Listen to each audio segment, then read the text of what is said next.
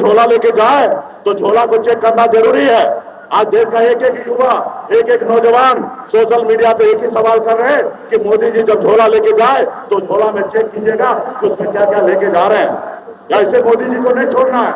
और आप लोगों से एक और आग्रह करता हूं, मोदी जी के बहुत सारे नेता आपके गांव में, आपके टोला में, आपके मोहल्ला में आएंगे और आपसे वोट मांगने के लिए आएंगे।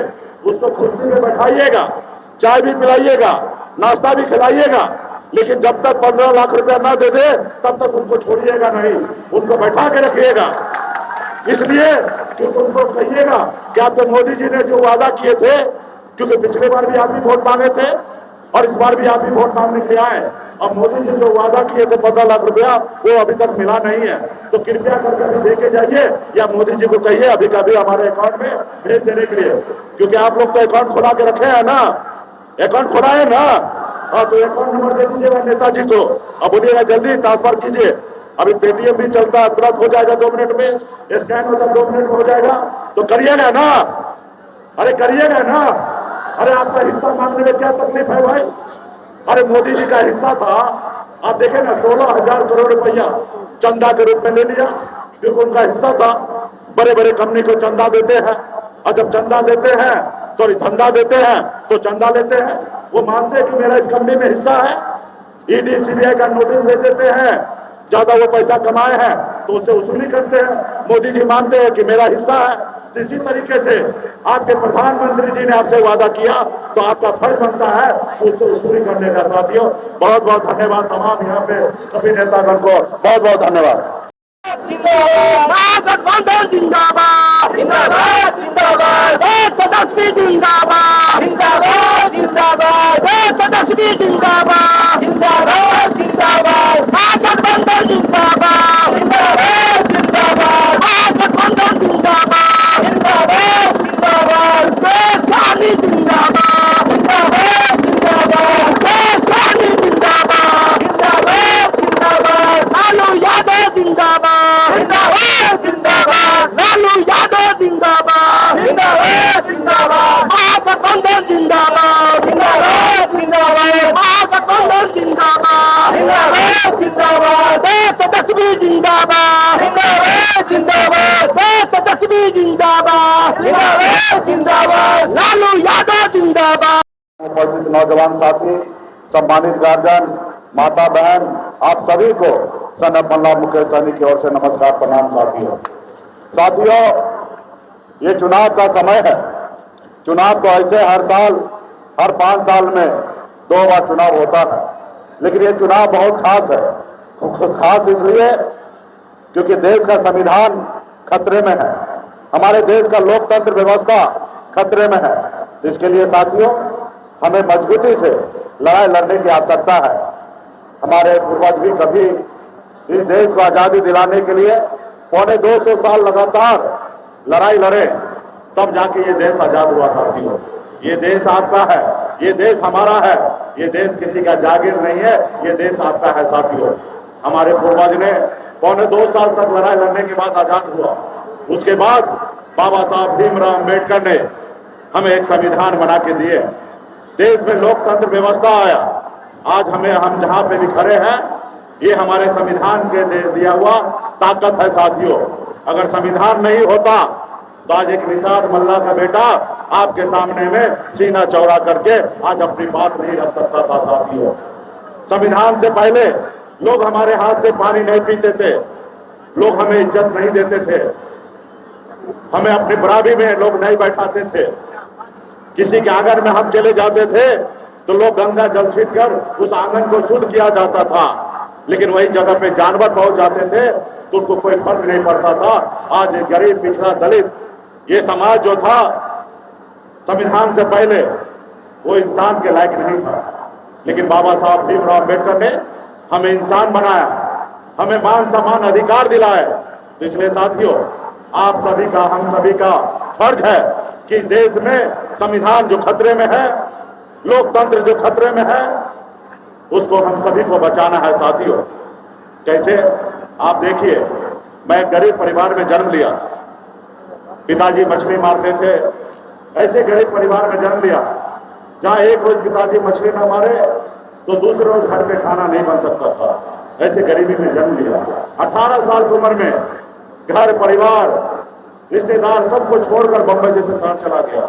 वहां मेहनत किया, मजदूरी किया, मात्र 900 रुपये महीने में नौकरी में किया। संघर्ष के बदौलत बंबई जैसे शहर में अपनी कामयाबी का झंडा गाड़ा।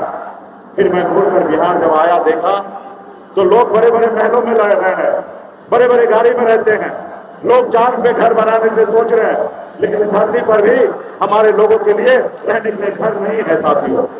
उसके बाद मैंने बॉम्बे के ऐशो आराम की जिंदगी को छोड़कर अपने बिहार में अपने समाज के हक अधिकार के लिए पिछले 10 सालों से मैं लड़ाई लड़ रहा हूं। और लड़ाई लड़ते लड़ते 2020 में संघर्ष की बदौलत हमने 4 विधायक बनाया था। संघर्ष की बदौलत हमने 4 विधायक बनाया। अपने दम पर बिहार में मंत्री बना। हमारे सहयोग से बिहार में सरकार बना। अगर हम समर्थन नहीं देते तो बिहार में मुख्यमंत्री नीतीश कुमार जी शपथ नहीं ले पाते और बिहार का मुख्यमंत्री नहीं बनते। हमने ये सब किया, लेकिन उन लोगों को पसंद नहीं आया जिन लोगों ने हमें हजारों सालों से अपने पैरों तले दबा के रखा था। उसको अच्छा नहीं लगा। उन्होंने देखा एक मल्लाह का बेटा, पिछड़ा का बेटा बिहार में राजनीति कर रहा है, विधायक बना रहा है, इसका तो काम मछली मारना है, लेकिन ये विधायक बना रहा है, इसको रोको। उन्होंने एक साजिश के तहत हमारे विधायक को खरीद लिया, हमें सरकार से बाहर कर दिया, जो सरकार हमने बनाया था। तो ये साथियों, ये मोदी जी की सरकार जो है गरीब पिछड़े की सरकार नहीं है। अभी मोदी जी को मैंने आईना दिखाया था, कुछ बात ऐसा रखा जो मोदी जी को बुरा लग गया और उन्होंने हमारा सुरक्षा वापस कर दिया। 2 घंटे के अंदर में सुरक्षा हमारा वापस ले लिया। आज वो मल्लाह का बेटा को जिंदा देखना नहीं चाहता है, उनको मरवाना चाहता है। और हम सर उठा के अपनी बात रखे, वो नहीं चाहता है कि हम गरीब पिछड़ा दलित के हक अधिकार की बात हम मन से करें। तो इसमें साथियों, ये देश में लोकतंत्र व्यवस्था नहीं है। बनी हुई सरकार को गिरा देते हैं, बने हुए विधायक को खरीद लेते हैं। तो ये कहीं ना कहीं जनता का अपमान है साथियों। तो मैं मोदी जी को आपके मन से कहना चाहता हूं कि मोदी जी, मैं आपका विरोधी नहीं हूं, मैं आपका तीसरा हाथ हूं।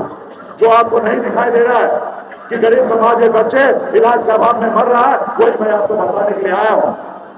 हम आपका विरोधी नहीं है। जो आप वादा किए वही बात बताने के लिए मैं आया हूं।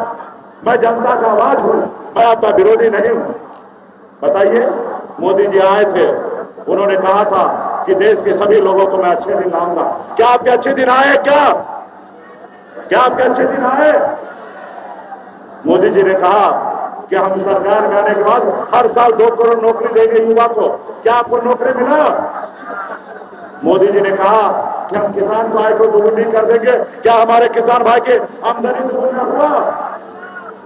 उन्होंने कहा गरीब का पक्का मकान बना के देंगे। तो क्या गरीब भाई को पक्का मकान बना? नहीं बना। तो बताइए, मैं अगर ये बात कह रहा हूं तो मोदी जी को तकलीफ हो रहा? अरे भाई, ये हम नहीं कह रहे हैं। 2014 में मोदी जी ने ये देश के जनता से वादा किया, उन्होंने कहा कि हम आपके अच्छे दिन आएंगे, लेकिन हम 10 साल उनका इंतजार कर रहे हैं। साथियों, बाबा साहब भीमराव अम्बेडकर ने बहुत सोच समझकर संविधान में नेता के लिए सिर्फ 5 साल का समय रखा। इसलिए समय 5 साल का रखा कि अगर नेता जो वादा करे वो नेता वो अपना टाइम पे वादा पूरा करे। अगर वादा पूरा नहीं करेंगे तो ये जनता जो है उस नेता को बदलने का काम करेगा। साथियों, जनता जो है वो मालिक है, नेता मालिक नहीं है, जनता मालिक है।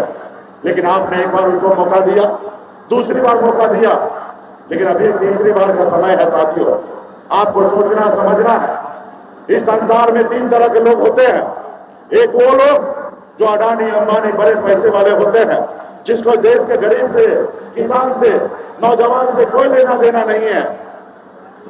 एक दूसरा वो जो रात को क्या खाएंगे, कल क्या खाएंगे, उसके लिए वो परेशान रहता है। ठेला पे सामान बेचते हैं, मछली मारते हैं, वो कल क्या खाएंगे उसका फिक्र करते हैं।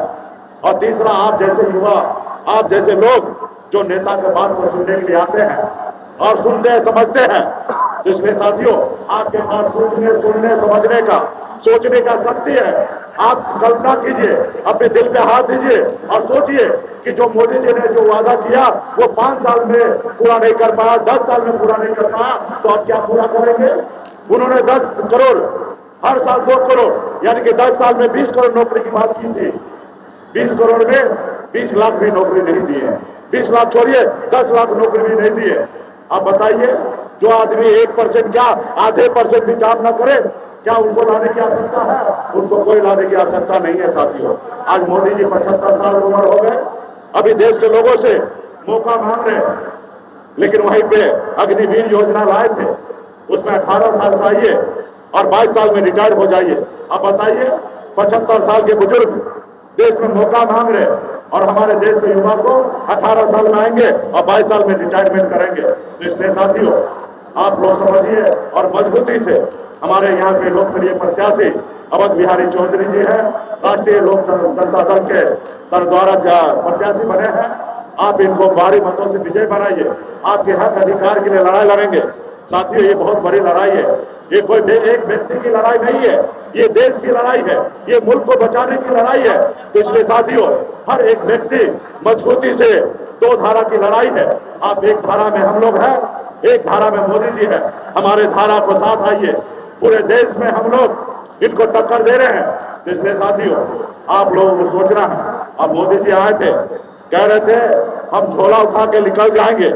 तो देश के जनता से मैं आग्रह करता हूं, जब मोदी जी झोला लेके जाए तो झोला को चेक करना जरूरी है। आज देश का एक एक युवा, एक एक नौजवान सोशल मीडिया पे एक ही सवाल कर रहे हैं कि मोदी जी जब झोला लेके जाए तो झोला में चेक कीजिएगा कि उसमें क्या क्या लेके जा रहे हैं। ऐसे मोदी जी को नहीं छोड़ना है। और आप लोगों से एक और आग्रह करता हूं, मोदी जी के बहुत सारे नेता आपके गांव में, आपके टोला में, आपके मोहल्ला में आएंगे और आपसे वोट मांगने के लिए आएंगे। उसको कुर्सी में बैठाइएगा, चाय भी पिलाइएगा, नाश्ता भी खिलाइएगा, लेकिन जब तक 15 लाख रुपया ना दे दे तब तक उनको छोड़िएगा नहीं, उनको बैठा के रखिएगा। इसलिए कि उनको कहिएगा कि आपके मोदी जी ने जो वादा किए थे, क्योंकि पिछले बार भी आप ही वोट मांगे थे और इस बार भी आप ही वोट मांगने के लिए आए। अब मोदी जी जो वादा किए थे 15 लाख रुपया, वो अभी तक मिला नहीं है। तो कृपया करके अभी देके जाइए या मोदी जी को कहिए अभी कभी हमारे अकाउंट में भेज देने के लिए, क्योंकि आप लोग तो अकाउंट खुला के रखे हैं ना, अकाउंट खुला है ना। हाँ, तो अकाउंट नंबर दे दीजिएगा नेताजी को। अब बोलिएगा जल्दी ट्रांसफर कीजिए। अभी पेटीएम भी चलता है, तुरंत हो जाएगा 2 मिनट में, स्कैन होता 2 मिनट में हो जाएगा। तो करिएगा ना, अरे करिएगा ना। अरे आपका हिस्सा मांगने में क्या तकलीफ है भाई? अरे मोदी जी का हिस्सा था, आप देखें ना, 16,000 करोड़ रुपया चंदा के रूप में ले लिया, क्योंकि उनका हिस्सा था।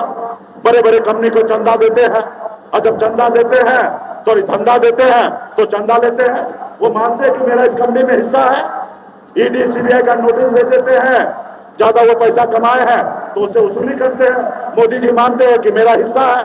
तो इसी तरीके से आपके प्रधानमंत्री जी ने आपसे वादा किया तो आपका फर्ज बनता है उससे वसूली करने का। साथियों, बहुत बहुत धन्यवाद तमाम यहाँ पे सभी नेतागण को, बहुत बहुत धन्यवाद।